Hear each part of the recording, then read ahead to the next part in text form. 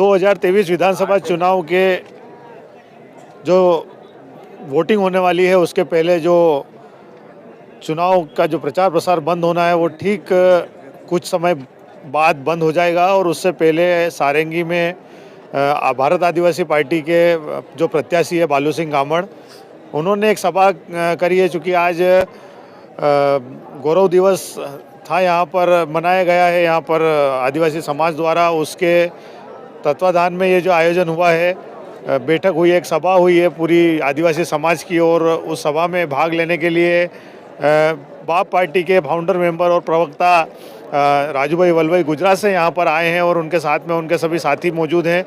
उन सभी से हम जानेंगे कि किस प्रकार से इस चुनाव को देखते हैं और आगे क्या चुनाव के नतीजे किस प्रकार के आने वाले हैं आदिवासी समाज के हक में और जो उनकी राजनीतिक पार्टी बनी है उसके हक में। हाँ, आपसे चालू करते हैं। आज अब आप आए हैं यहाँ पर कार्यक्रम में, सभा में आपने संबोधित किया और काफ़ी सारी बातें आपने बताई। एक बात जो महत्वपूर्ण बताई आपने कि सरकार एक प्रति आदिवासी व्यक्ति के लिए 40,000 रुपये का एक भुगतान करती है एक साल में एक व्यक्ति के लिए। वो क्या योजना है और क्यों आखिर उसका प्रचार नहीं है? क्या वास्तव में ये सच है या केवल आप भी अन्य पार्टी की तरह लुभाने का काम कर रहे हैं? नहीं, ये लुभाने की बात नहीं है। देश का संविधान अगर देखोगे तो आदिवासियों को एक रॉयल्टी के तौर पर पैसे मिलते जो टीएसी में आते हैं।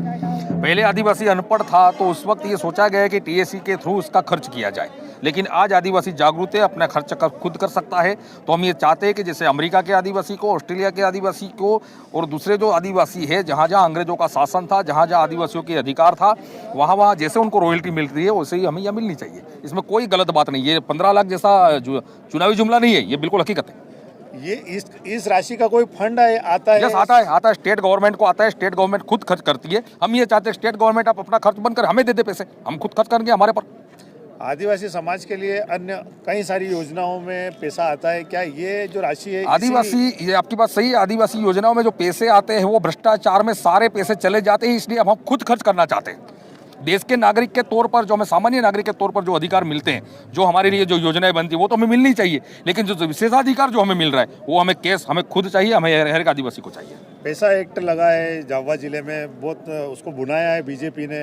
अब देखने में आ रहा है चुनाव में पैसा एक्ट कहीं से कहीं तक नहीं है, गायब है। आपकी ओर से भी पैसा एक्ट को लेकर पैसा एक्ट बनाया जरूर है, लेकिन धरातल पर नहीं है, बिल्कुल नहीं है धरातल पर। आदिवासी ग्राम सभा के पास जल जंगल जमीन का अधिकार है।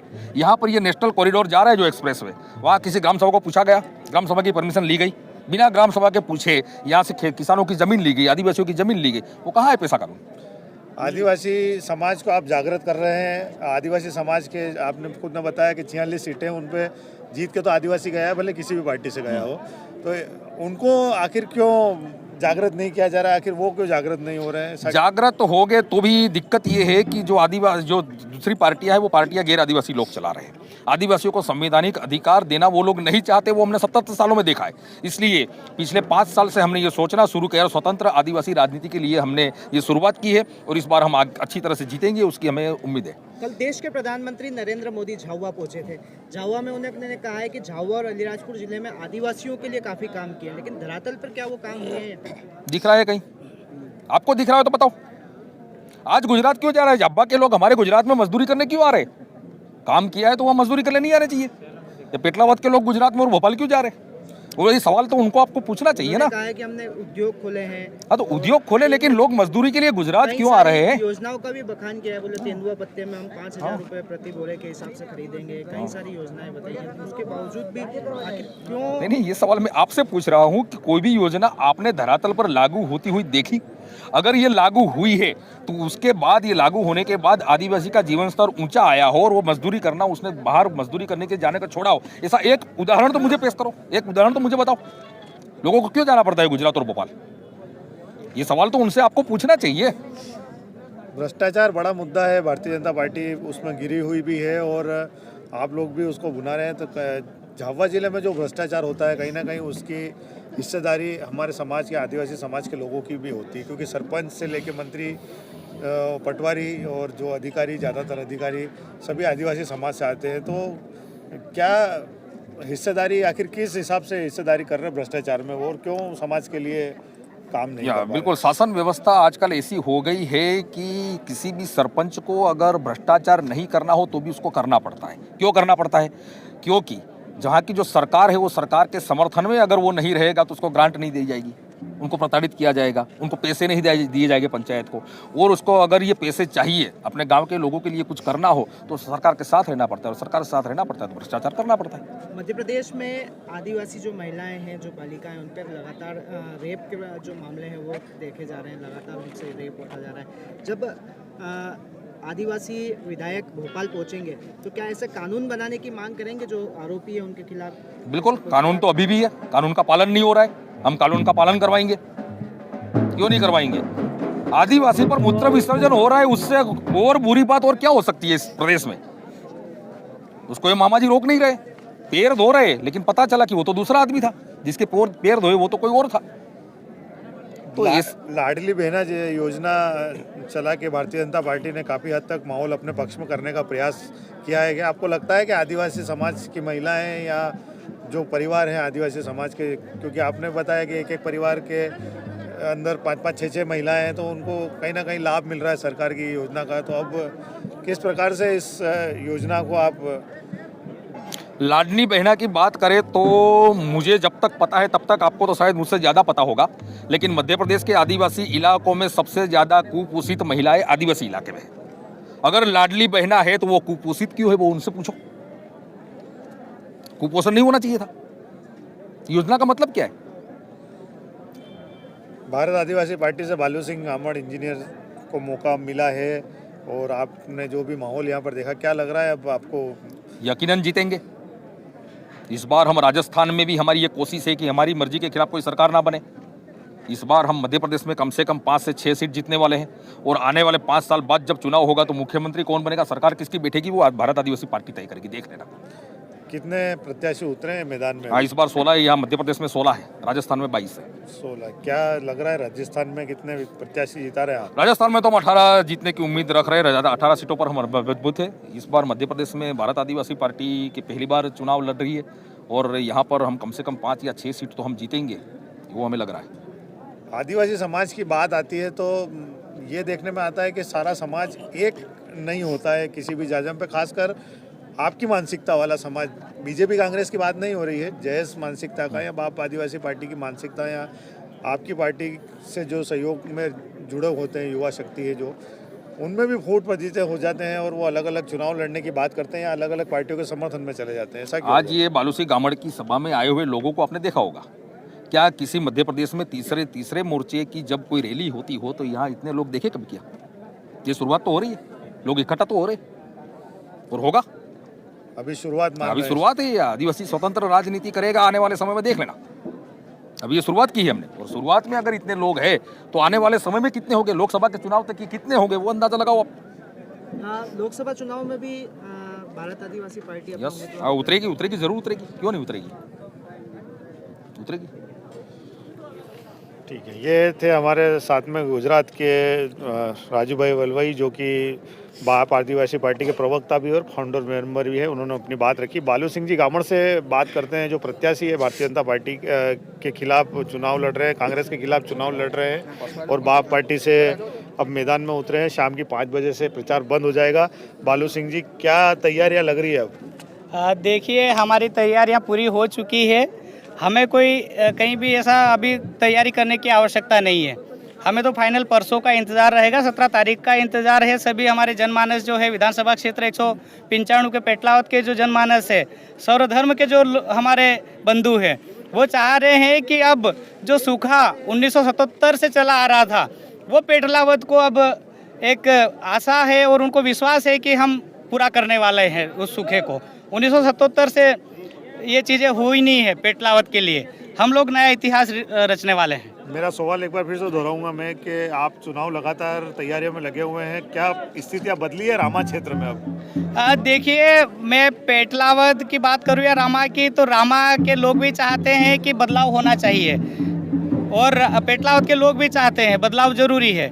क्योंकि जो चेहरे हैं दोनों, ये लगभग 35 साल से, एक गया दूसरा आया, दूसरा गया पहला आया, ये चलता आ रहा है, और इनके मन में कोई आधुनिक विचार नहीं है। जनमानस की जो भावना है, उनकी जो कमियां हैं, उनके जो मूलभूत अधिकार हैं, उनके प्रति उनका कोई कुछ भी उनके आइडियाज़ नहीं है। तो हम लोग मैं क्या कहूँ, सारा जनमानस ये सोच के बैठा है कि जो 17 तारीख का जो स्टार्टिंग जो होगा मतदान वाला, तो वो कहीं न कहीं भारत आदिवासी पार्टी जयस के समर्थन में बम्पर वोटिंग होगी। ऑटो रिक्शा कहूँ या टेम्पो कहूँ, ईवीएम जो 5वां नंबर का जो बटन है उस पर वोटिंग करने के लिए सभी लोग आतुर हैं, समस्त जनमानस, सभी मतदातागण। ये कई नए विज़न बताए हैं, तो क्या आपकी जो चुनाव के बाद जो परिणाम आएंगे वो सारी चीज़ें देखने को मिलेगी या फिर चुनावी जुमले?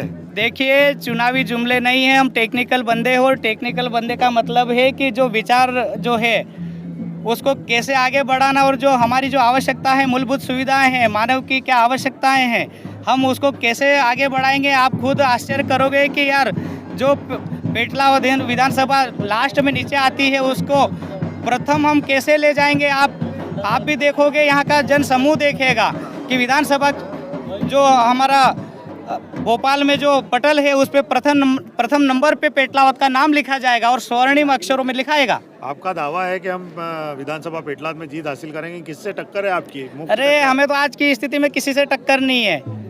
पहली बात तो हम एक तरफा है, ये मैं नहीं कह रहा हूँ, जनमानस कह रहा है, आपकी खुद की इंटरनल एजेंसियाँ कह रही है, जितने अखबार है वो बोल रहे हैं, जो हमारे सम्मानीय मतदातागण है वो बोल रहे हैं। मुझे 100% विश्वास है। चुनाव के जो 48 घंटे होते हैं वो इतने महत्वपूर्ण होते हैं कि इन 48 घंटों में वो सारे खेल हो जाते हैं जो पूरे चुनाव के दौरान नहीं होते हैं। किन परिस्थितियों में अब आपने तैयारी कर रखी है 48 घंटों में चुनाव लड़ने से? यहाँ तक की चर्चा शुरू हो गई है कि हमको समर्थन दे दिया है बालू सिंह जी ने, उसको समर्थन दे दिया है, हमने पैसा एक्टर लगाया, हमारे साथ में हो गए, कांग्रेस करे हमारे ही लोग हैं, अब सब साइलेंट हो गए हैं, क्या? देखिए, सबसे बड़ी बात तो मैं बता दूं कि इन लोगों की जो है ना ज़मीनें पाँव के नीचे से खिसक चुकी है। और रही बात 48 घंटों की, तो हमारे कम से कम 2000 युवा साथी हर जगह बिल्कुल मुस्तैदी से खड़े हुए हैं और हम जो है वो आधुनिक ज़माने के बंदे हैं। हमारे युवा साथी वो आधुनिक है। ऐसी का कोई गलती करके तो देखे कि 24 घंटे या 48 घंटे में करने वाले क्या है। हमने टेक्निकली हर जगह बहुत सारी चीज़ें कर रखी है। सी विजिल जो ऐप है वो है, चाहे वो हमारे जितने भी पर्यवेक्षक हो, चाहे जो हमारी जितनी भी टीम है विजिलेंट, हमने हर जगह मुस्तैदी से खड़ी करी हुई। कोई कोशिश भी नहीं करे कि हम आने वाले 24 घंटे या 48 घंटों में कोई चीज़ें दारू हो चाहे दूसरी चीज़ें वो कर। मेरा ये निवेदन है, करें नहीं। मैं आपके माध्यम से ये भी कहना चाहता हूँ, क्योंकि आज का युवा साथी हर जगह पे खड़ा हुआ है, वो जमाना गया। बालू सिंह जी, अभी आप जब अपना भाषण दे रहे थे तो आपने शराब को लेकर के बात कही थी कि आदिवासी समाज में सबसे ज़्यादा शराब में जो है मतदाता बिक जाते हैं। अगर प्रत्याशियों ने अपना आशीर्वाद आपको दिया तो शराब पाबंदी पर कोई ऐसी मांग सरकार से करेंगे? देखिए, मैं तो 100% चाहता हूँ कि मांग क्या, मैं तो बिल्कुल एक पाँव पे खड़ा रहूँगा कि बिल्कुल ये ठेके बंद होने चाहिए। यहाँ पे अगर बात करें तो हज़ारों करोड़ रुपए की यहाँ पे शराब बिकती है। आप झाबुआ जिले का रिकॉर्ड उठा के देख लीजिए, अलीराजपुर का देख लीजिए, रतलाम का देख लीजिए। ये हम थोड़ी कर रही है, जो चीज़ें हैं वो मध्य प्रदेश शासन कर रही, भारत सरकार कर रही है। मैं तो क्या बोल रहा हूँ, उनको बिल्कुल बंद कर देना चाहिए ये चीज़ें। पैसा एक्ट के दायरे से भी शराब की दुकानों को बाहर रखा गया है। ऐसा कहाँ रखा गया? दारू धड़ेले से बिक रही है, हर गली मोहल्ले में मिल रही है, हर कस्बे। सरकार ने अपने उसमें अधीन कर रखा है उसको। अरे भाई, उनको यार शराब की दुकानों पर नहीं पड़ेगा। क्यों नहीं रखेंगे? उनका काम धंधा, उनके घर परिवार वो दारू शराब की दुकानों से चल रहा है। वहाँ पे सूटकेस जा रहे हैं उनके घरों में, तो क्यों वो बाहर ही रखेंगे? वो तो मानव जीवन को बर्बाद करना चाहते हैं। पूरे जितने भी मानव जीवन है उनको बर्बाद करना चाहते हैं। वो तो चाहते हैं कि बस हमारा जो परिवार है वो फले फूले और दूसरा जो समाज है, सर्वधर्म का जो लोग हैं वो दारू में डूबे रहें। तो ये थे हमारे साथ में बाप पार्टी भारत आदिवासी पार्टी के प्रत्याशी बालू सिंह जी। कुछ ही समय में आचार संहिता का एक दूसरा दायरा शुरू हो जाएगा, जिसमें प्रचार प्रसार पर रोक लग जाएगी। डोर टू डोर प्रचार प्रसार शुरू हो जाएगा। और आज हम अभी मंडी प्रांगण में खड़े हैं। सारंगी में पेटलाद विधानसभा का क्षेत्र गढ़ माना जाता है जयस का, बाप पार्टी का, और यहाँ से काफ़ी उम्मीद है जयेश को के एक अच्छी बेहतरीन और खासी लीड यहाँ सर लेके दूसरे क्षेत्र में जाएंगे। माही की गूंज के लिए विजय पाटीदार के साथ में राकेश गहलोत।